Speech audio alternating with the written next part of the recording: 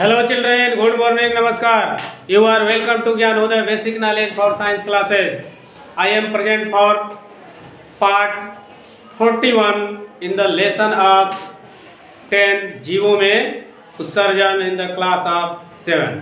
तो आइए class 7th के लेसन 10 जीवों में उत्सर्जन पढ़ना है। तो सबसे पहले हमको ये जानना होगा कि उत्सर्जन का मतलब क्या होता है। व्हाट इज इमिजन, उत्सर्जन क्या है, उत्सर्जन किसे कहते हैं, तब न समझेंगे। तो उत्सर्जन का मतलब ये होता है कि शरीर के अंदर इकट्ठा होने वाले बेकार और हानिकारक पदार्थ को बाहर निकालना उत्सर्जन कहलाता है। अब शरीर के अंदर बेकार और हानिकारक पदार्थ कौन कौन है? जैसे पसीना, पसीना होता है ना, बाहर निकालता है। टॉक्सिन, पेशाब के रास्ते से यूरिया भी निकलता है। अगर छोटा पौधा है, अगर एक दिन 2 दिन गैप देकर अगर कोई बच्चा उस पर पेशाब करता है तो देखोगे धीरे धीरे 5-7 दिन में वो हरा हो जाएगा। सूखेगा नहीं, हरा हो जाएगा। लेकिन डेली पेशाब करेगा तो सूख भी जाएगा। ये भी बात है। क्यों? इसलिए कि पेशाब में उत्सर्जित बेकार पदार्थ जानते हो क्या होता है? यूरिया। यूरिया जब मिलेगा उसको 1 दिन गैप देके 2 दिन 3 दिन तो धीरे धीरे हरा हो जाएगा। और रोज जब यूरिया मार देंगे, ज़्यादा कस के बढ़ाएगा तो सूख जाएगा कि नहीं सूख जाएगा? सूख जाता है ना।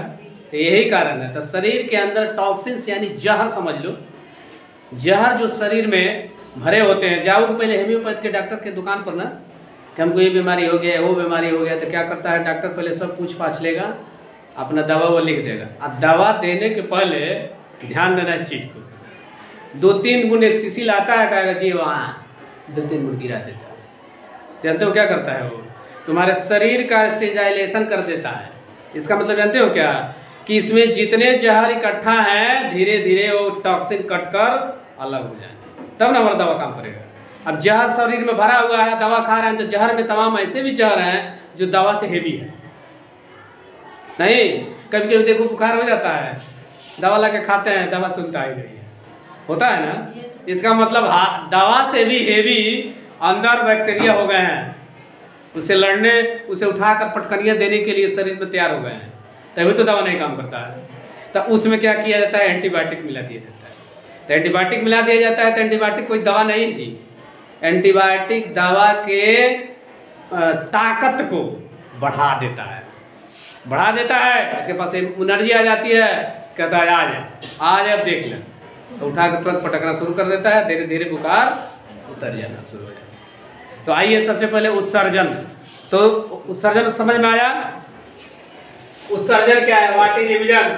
यह जिस प्रक्रिया द्वारा शरीर से अनावश्यक एवं हानिकारक पदार्थ को बाहर निकाला जाता है उसे उत्सर्जन या इमिजन कहते हैं। समझ में आया? अब पूछा जाए तो नहीं कि खड़े हो जाए कि बोर्ड पर देख कर बोलेंगे, नहीं, अपने मन से बोलो। शरीर के अंदर बेकार या हानिकारक पदार्थ जो शरीर को नुकसान पहुंचाता है, चाहे नुकसान पहुंचा सकता है, उसको बाहर करना उत्सर्जन कहलाता है।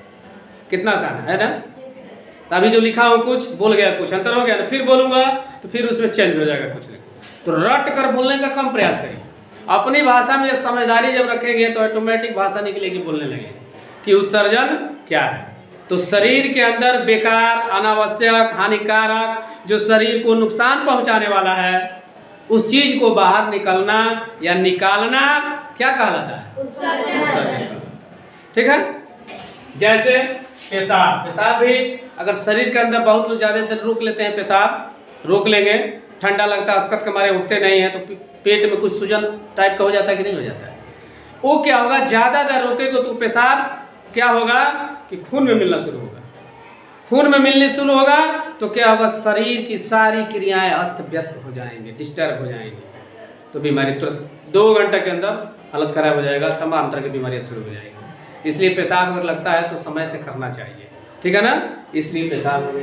शौच, शौच भी देखिए, अब खुल कर क्या कहा जाए, सच पूछा जाए तो जब शौचालय नहीं बना होता था, हमारे बहन बेटियों को, माँ को, चाहे भौजाई को, चाहे बहन को, चाहे माँ को, किसी को भी बाहर जाना है, जरूरत हो जाएगी। दिन में बताओ गर्मी के दिनों में कितनी दिक्कत होती थी, जानबूझकर शौच रोक कर रहना पड़ता था। इसके चलते तमाम तरह की पेट में बीमारियां, चक्कर, गैस का बनना, दांत का गिरना, बहुत सारी बीमारियां पैदा हो जाती थी जो लोग समझते नहीं थे। इसलिए बहुत सर्वेक्षण हुआ और यह पाया गया कि इसका कारण क्या है। पुरुष तो कहीं लोटा लेके चल देगा, बैठ देगा, सही है ना, औरतें नहीं जा सकती, तो इसलिए बीमारी का खजाना बढ़ रहा था धीरे धीरे औरतों में, लड़कियों में, लेडीजों में। तब सब इसका रिसर्च हुआ तो पता चला कि नहीं, घर घर शौचालय होना चाहिए। शौचालय बना। उसके बाद विद्यालय में देखा गया, हर विद्यालयों की लड़कियों की संख्या जो बड़ी बड़ी लड़कियां हो गई वो क्यों आने से हिचकती है। इसका कारण ये भी था, पहले स्कूलों में कहीं शौचालय नहीं था, तो तमाम तरह के दिक्कतें थी कि नहीं थी, इसलिए अपने किसी भी घर की बहन बेटियों को कोई भी आदमी स्कूल नहीं भेजता था। लेकिन जब शौचालय की व्यवस्था हो गई तो उसका 70% टेंशन खत्म हो गया। अच्छा बताओ, कितने भी गहना गुड़िया तुम पहने हो, चाहे हम पहने हो, अंगूठी, हीरा जवाहरात, अगर अनुभव होने लगेगा कि हमको शौचालय जाना है, बेचैनी बढ़ जाएगी कि नहीं बढ़ जाएगी? कहीं भी रहोगे तुरंत बेचैनी बढ़ जाएगी। सबसे पहले वो काम जरूरी है कि नहीं है? इसलिए हर स्कूलों में, हर घरों में शौचालय का होना बहुत जरूरी है। इसलिए उससे रोकने से क्या होता है, तमाम तरह की बीमारियां, गैस के बनना, गैस जब दिमाग पर चढ़ेगा तो ब्रेन हेमरेज भी हो सकता है, कई लोग मर गए हैं, ये भी होता है। तो इसलिए शौचालय और पेशाब खाना, चाहे देखो हर चौराहे पर, हर बाजार में, हर जगह बना होता है। यही कारण है कि इतनी सब नितांत आवश्यकताएं हैं जिसको कोई रोक नहीं सकता। सबके लिए जरूरी है, चाहे राजा हो और चाहे रंक हो, भिखारी हो चाहे काम करने वाला हो, चाहे मास्टर हो चाहे फास्टर हो, सबको जरूरत है कि नहीं है? तो इसलिए शरीर से हानिकारक और बेकार और हार्मफुल चीज को बाहर निकालना या निकालता है जो अंग, उसको क्या कहते हैं? उत्सर्जी पदार्थ। या जो अंग इसको निकालता है उसको क्या कहते हैं? उत्सर्जी अंग। निकालना उत्सर्जन हो गया। और जिस अंग द्वारा निकाला जाता है उस अंग को क्या कहते हैं? उत्सर्जी अंग। ऐसा आप सोचोगे। अब उत्सर्जन की आवश्यकता क्यों जरूरी है, ठीक है?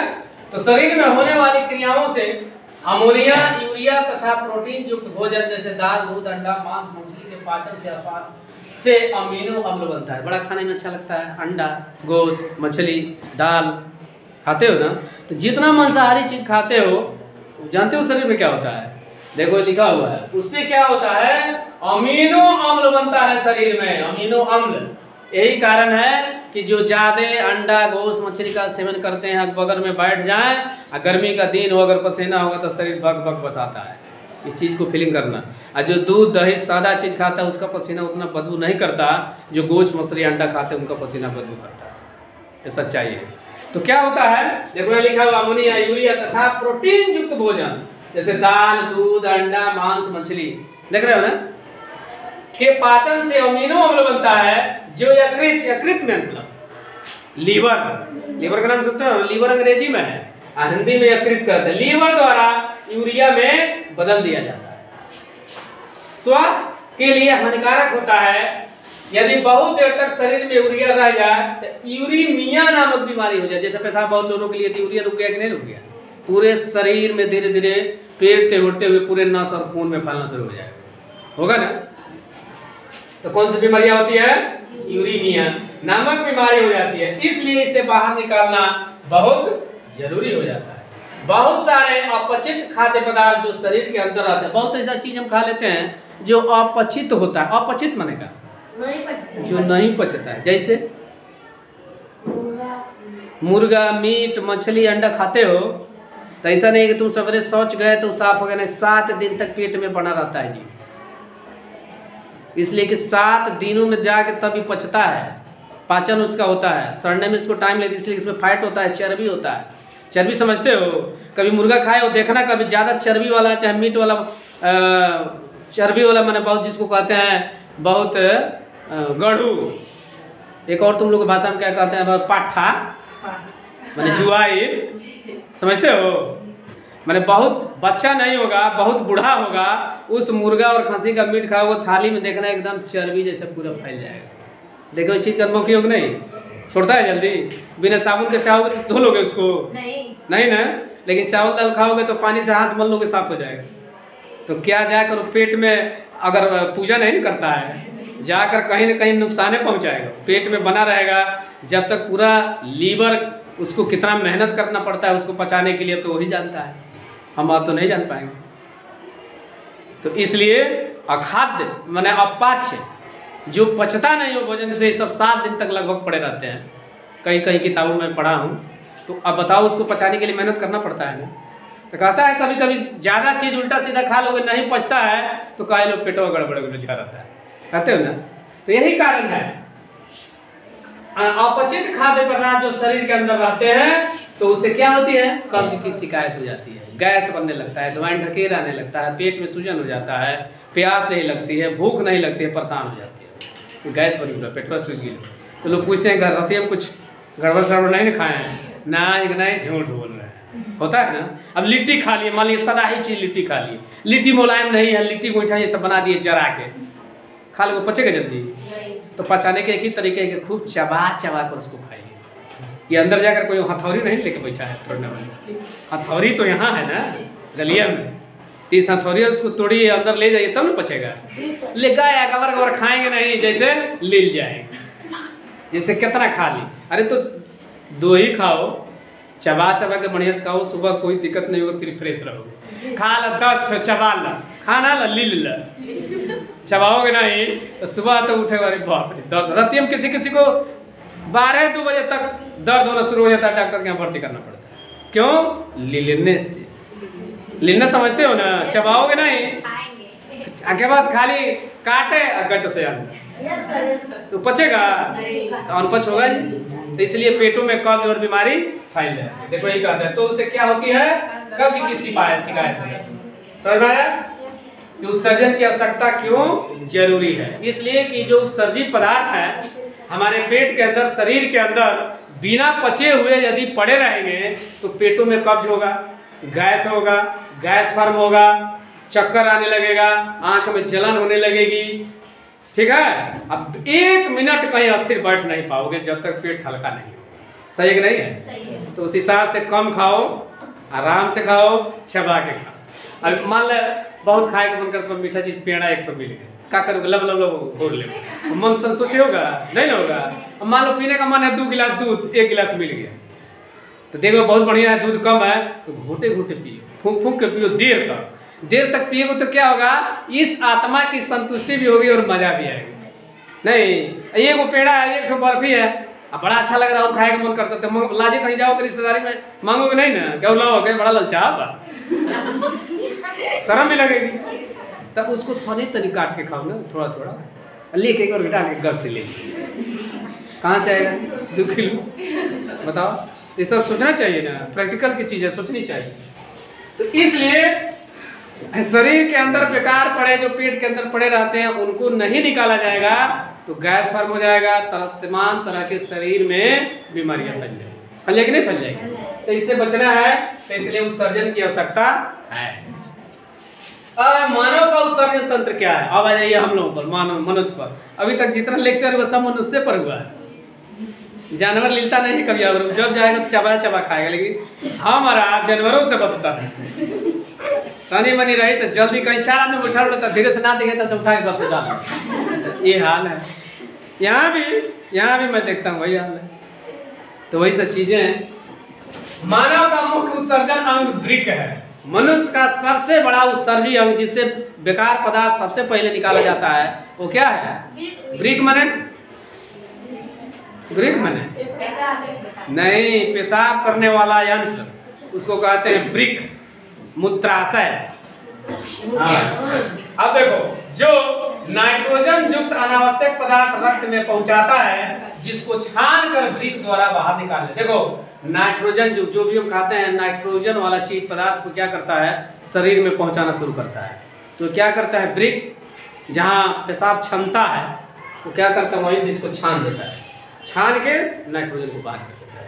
चला ऊपर नहीं जाने देंगे, जाओगे तो शरीर में तमाम तरह की बीमारी फैलाओगे। तो वहीं क्या करता है, इनको छान के फिल्टर कर देता है पहले ही, जब आप जा कहीं खेत में पेड़ पौधा पर नहाता रहा, पहुंचाता है, जिसको छान कर वृक्क द्वारा बाहर निकाल दिया जाता है। वृक्क द्वारा छानने के बाद कुछ उपयोगी जैसे ग्लूकोज, लवण, विटामिन, जब छानता है तो वहाँ कुछ, जब वहाँ पहुँचता है पेशाब की थैली में, तो वहाँ कुछ फायदा वाला भी चीज़ रहता है। और कुछ नुकसान वाला भी चीज़ रहता है। तो देखो कितना दिमागी है, जो फायदा वाला रहता है फिर वहीं से कहला ना ना तो आके बाहर ना जाए तू अंदर जा, फिर पूरे अंगों में भेज देता है, पूरे अंगों में जहाँ जिसका स्थान है कौन सा चलो ऊपर जाओ भागो यहाँ से। और जिसको बाहर करना है जैसे यूरिया हो गया, कुछ यूरिया की तरह तमाम तरह के जहर हो गया, अमीनो अम्ल हो गया, तब पता है इनके बाहर भेज दो खेत में जाए। तो इस तरह इसका काम करता है, ब्रिक का यह काम है। देखो ब्रिक द्वारा छानने के बाद कुछ उपयोगी पदार्थ, उपयोगी में कौन कौन है, ग्लूकोज, लवण, विटामिन, ठीक ना, और अमीनो अम्ल को पुनः अवशोषित कर लिया जाता है। क्या करता है, और जो फायदे वाला चीज है उसको अवशोषित कर लेता है, अब बेकार वाले पदार्थ को बाहर, तथा बेकार पदार्थ जो जल में घुली हुई जैसे यूरिया, ऐसा यूरिया होता है ना, यूरिया, उसे शरीर से बाहर निकाल दिया जाता है। या ब्रिक से छनने के बाद मूत्र वाहिनियों से होता हुआ मूत्राशय में एकत्रित होता है। सबसे पहले क्या होता है, मूत्र बन जाता है पेशाब लिक्विड के रूप में जिसमें यूरिया रहता है। यह जहाँ नमक जाता किससे है, पेशाब की नलियों द्वारा, तो उसको मूत्रवाहिनी हो गया। होता हुआ फिर कहाँ जमा होता है, जहाँ जमा होता है उसको बोलते हैं मूत्राशय में एकत्रित होता है, और वहां इसे पेशाब के रूप में बाहर कर दिया जाता है। मूत्राशय और मूत्र मार्ग को संयुक्त रूप से उत्सर्जन तंत्र कहलाता है। मूत्राशय और मूत्र मार्ग दोनों को संयुक्त रूप से क्या कहते हैं, उत्सर्जन तंत्र। उत्सर्जन तंत्र माने बेकार पदार्थ को लिक्विड के रूप में बाहर निकालने वाले मशीन को, यंत्र को, संस्था को क्या कहते हैं, उत्सर्जन तंत्र। ठीक है, इस प्रकार हमको उम्मीद है कि मानव के विषय में उत्सर्जन तंत्र क्या है, उत्सर्जन क्यों आवश्यक है, उत्सर्जी अंग कौन है, किस प्रकार यह क्रिया संपन्न होती है, इसके विषय में आपको बहुत ही इजी वे में समझाया गया, और आपको हमको उम्मीद है कि समझ में भी आया होगा। समझ में आया है, बताइए। ये बताइए सबसे पहले उत्सर्जन क्या है, कौन बताएगा। शरीर में होने वाले अनावश्यक एवं हानिकारक पदार्थ को बाहर निकालता है, उसे उत्सर्जन कहते हैं। चलो, उत्सर्जी अंग कौन कौन है, कौन बताएगा। उत्सर्जी अंग जिससे बेकार पदार्थ बाहर निकाला जाता है, एक अंग का नाम बताएं। मूत्राशय। और उत्सर्जन क्यों जरूरी है, उत्सर्जन क्यों जरूरी है, कौन बोलेगा। उत्सर्जन अगर नहीं हो तो क्या होगा, इसलिए क्यों जरूरी है।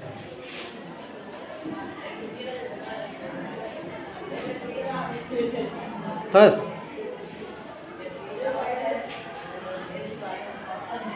उत्सर्जन क्यों जरूरी है।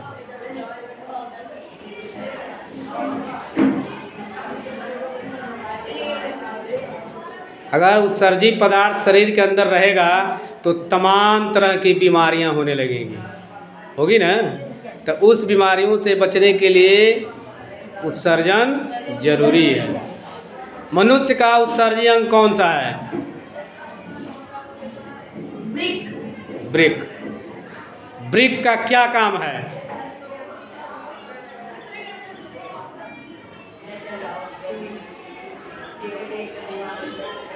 ब्रिक का काम क्या है, घुलनशील अशुद्धियों को छानना और उसमें जो लाभदायक है उसको शरीर में वापस करना। अब बेकार जैसे यूरिया होगा उसको क्या कर देंगे, छान कर बाहर कर देना। ये कहने नहीं आता है। चलिए जो लोग बताएं उनको भी धन्यवाद, नहीं बताएं उनको भी धन्यवाद।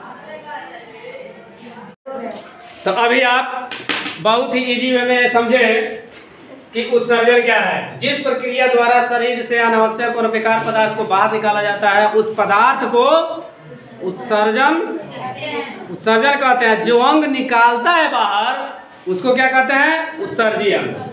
अब चलिए उत्सर्जन की आवश्यकता क्यों है, तो यही था, तो दिखाई नहीं दिया। इसलिए कि दूध, अंडा, मीट, मछली जो भी हम खाते हैं वह हमारे शरीर के अंदर अमीनो अम्ल बनाता है। अमीनो अम्ल बनाता है, जो यकृत यानी लीवर द्वारा यूरिया में बदल दिया जाता है। ठीक है, स्वास्थ्य के लिए हानिकारक होता है। यदि बहुत देर शरीर में यूरिया रह जाए तो यूरिया नामक बीमारी हो जाती है, इसलिए इसे बाहर निकालना जरूरी हो जाता है। ठीक है ना, इसलिए शरीर को जैसे अनपचा, बहुत अनपच चीज शरीर के अंदर रहेगा तो क्या होगा, गैस बनेगा, पेट में सूजन होगी, दवाई ढकेरा आएगा, माथा चक्कर देगा, आंख में जलन पैदा होगी ना, और भूख नहीं लगेगा, और धीरे धीरे हम कमजोर होने लगे। इसलिए उत्सर्जी पदार्थ, अनपचा पदार्थ जो भी शरीर के अंदर है उसको बाहर निकालना बहुत जरूरी होता है। डॉक्टर के यहाँ जाते हैं, डॉक्टर दे अमीनो पी लीजिए, नाम सुने हो, अमीनो, इम्यूनो कहते हो ना, इसी से बना है, यही कारण है, यही कारण है कि उसका नाम रखा गया है। अमीनो अम्ल से उसको रखा गया है कि याद रहेगा, उसको जाएगा तुरंत उनको हथौड़ी से तोड़ना पीटना गलाना शुरू करेगा। ठीक है ना, इसीलिए देता है। जिस जो नहीं पढ़ा लिखा है, जो इस चीज को नहीं भी जानता है, वो भी का पेटों में बड़ा गैस दवाई ढक रहा है, जाके का ले ला, इनो ले लो, पानी भर के पी ले, कहता है ना, तो यही से बना है, इसी का सब करामात है। अब है मानव का उत्सर्जन तंत्र क्या है, ब्रिक। ठीक है ना, जहां से लिक्विड अघुलनशीलता को छानता है और वहां जो शुद्ध पदार्थ होते हैं जो हमारे शरीर को फायदा पहुंचाने वाले होते हैं, क्या क्या, ग्लूकोज, लवण, विटामिन, उसको फिर शरीर से में वापस कर देता है और यूरिया को छान कर बाहर कर देता है। तो इस प्रकार हमको उम्मीद है कि फिर से बहुत ही शॉर्ट में सारे बिंदुओं पर प्रकाश डाला गया, जिसको फिर से दिमाग में माने मेमोरी में फिट हो गया। यदि यह पढ़ाई अच्छी लगती है, समझ में आता है, तो मेरे चैनल, आपके चैनल, यूट्यूब चैनल को सब्सक्राइब करेंगे, वीडियो को लाइक करेंगे और अपने मोबाइल से दूसरे पर शेयर करेंगे, ताकि और लोग भी इस घर बैठे उत्सर्जन तंत्र, उत्सर्जी अंग और पाचन और अनपचा पदार्थों को बाहर कैसे निकाला जाता है, इससे कौन सी बीमारियां होता है, इसके विषय में जानकारी हो सके। अब मैं मिलता हूं नेक्स्ट वीडियो में, तब तक के लिए thank you for watching video. टाटा, बाय बाय, ओके, नमस्कार।